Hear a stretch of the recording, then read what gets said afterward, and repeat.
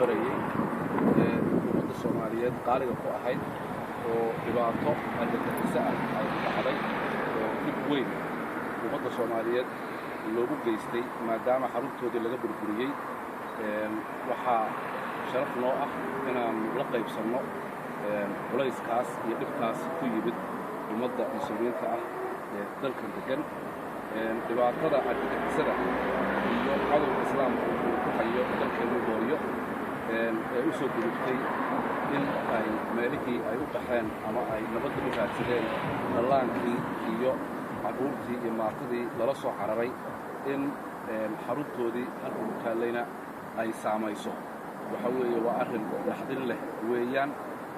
iyodadiiladii iyo rajadii ay shacabka Soomaaliyeed lahaayeen in ay gudo iyo dibadba ka baxaan dhibtii ayaa muuqatay in dhibtii dib loogu soo celiyey waxaan uga tacsiidaynaynaa shacabka islaamka ah ee Soomaaliyeed ee dalkan ku dhaqan meeshan loogu adeegi jiray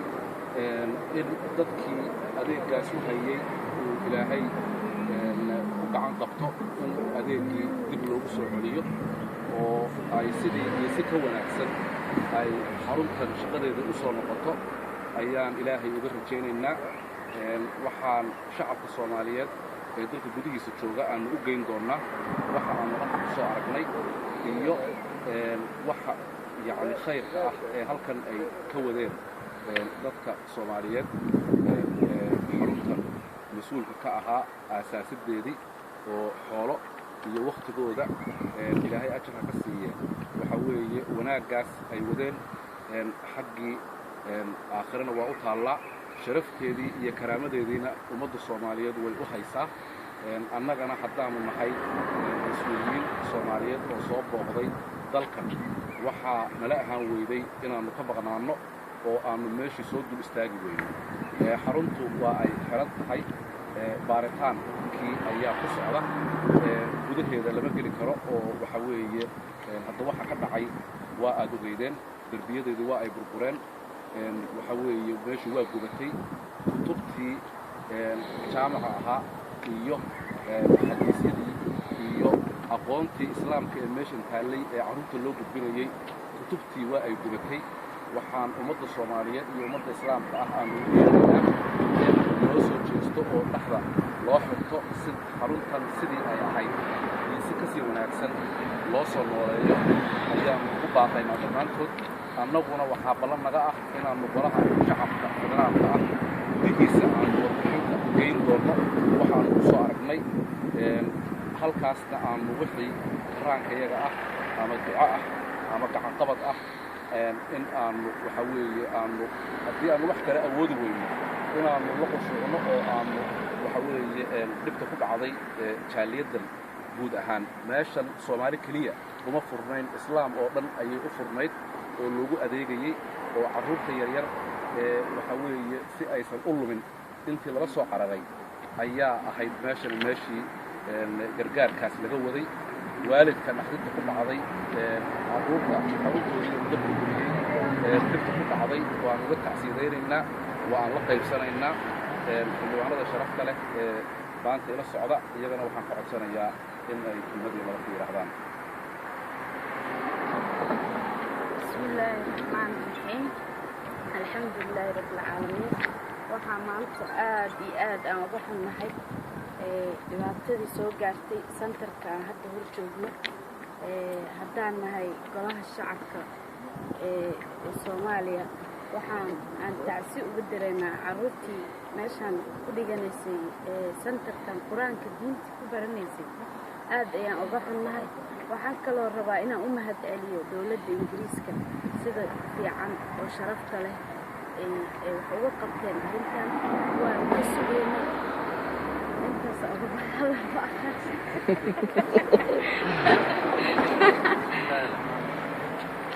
dhammaan bulshada Soomaaliyeed ee UK iyo mas'uuliyiinta safaaradda iyo mas'uuliyiintii xarunta waxbarashada oo dhibaatadan soo gaadhay iyo ardadii iyo waalidiintii waxna ku baranaya dhaqanka iyo diintaba dhibaatada soo gaadhay waanu ka tacsiyeynaa waxaanan leenahay ilaahay inuu kaga boogadhayo waana ku dadaalaynaa sidii aan u gaarsiin lahayn ummaddii Soomaaliyeed inta kale oo joogtana waxaanu jecelnahay sidii shalay ay isugu tabaruceen oo ay ugu dadaalayeen ubadkoodii dhaqankoodii iyo diintooda inay saxaan wixii la bilaabo wanaag bay lagu bilaabo wanaag bay ku dhammaadaan wanaaggaas in la sii wado meeshii aad ka wadaan wixii taageera oo aadama ummaddii Soomaaliyeed aad ka heshaan ama dalka aad joogtaan xaruntu ku dhex taallo inay ogolaado awalba inay siiyaan iyaguna dee qaybtooda ka qaadanayaan waa dal dhisan oo dee macna ku dhisan iskama dhisna waxaanu leenahay ilaahay inoo soo ururiyo ilaahay inoo hagaajiyo ilaahayna sideedii iyo si ka fiican inoo ku soo celiyo السلام عليكم ورحمة الله وبركاته. بسم الله الرحمن الرحيم. ضمان حصلنا يا بعضاً مركنا وشيء وفدي برلمانية وقامنا يو بدون زين كلام مهد عوض ayaa runtii cabashadan markii la soo gaarsiiyey ayadoo ah way wax kale hadda maxaan qaban karno waxa inaan muujino shucuurteeda oo aan la muujino jaaliyadii dhibkan ay ku dhacday ee Soomaaliyeed ay ahayd jaaliye islaamiya oo run ahaantii gacan qabanaysay dad badan oo islaam oo Soomaali kaliya ahayn dhaqankoodii suubanaa waxbarashadoodii diinta ah wax ka qabsanay waxaan fahmi karnaa xaqiiqda in maantay dadkii la beegsanayo islaamka ahaa dadkii wanaagga dhaqankoodii iyo diintoodii ku taagan la beegsanayo taasna waa xumaha jira dalka Afrika ay ka dhacaysaa meelo badan bay ka dhacaysaa laakiin waxaan leenahay insha Allah tabashada yar ee xoogaa jaaliyadda maadaama madaxdii ay timid oo dhacdadan markay dhacdana ay soo booqan waayeen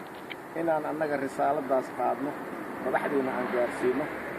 la inay kama maqnaa يعني لكن ظروف تجرت برادة أيال إني كم قيها وقت أنا نجرب وحن رجينا ضمانبا هنا حنون كاس إن لقادني إلهي إذن كيس هي اليهون عن نكون قرب تاجرنا هاي فاريه عرور توض ماشان إيه كبر وقتنا وحن رجينا إن لسوء عليه أين النقطة مال تاريخي وإلهي إذن كيس جاليدي أما عرورتي ماشان وحكبر انجرت إنا ماشا وكسو الله كان والسلام عليكم ورحمة الله وبركاته. بسم الله الرحمن الرحيم الحمد لله رب العالمين والصلاة والسلام على سيدنا المرسلين السلام عليكم ورحمة الله وبركاته. أنا فرح سمعي إن قدميها برلمانك في وقت من أفضل المدان عنده ذيكوا أكثر من حتى نعي قدميها وكشكي وحيابها سوى مسج كان أقدر دون إن شاء الله تعالى الشعب الصومالي الصومالي الجوع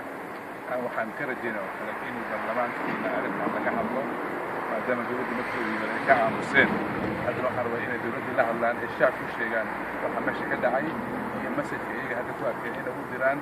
الوقتان وحين كل عليه والجانب الصومالي ده كجوتي الوقتان وحين كل عليه عروض تاني الصومالي ده واحد بريدني وجانبي كلية اسمه خيانة الصومالي ده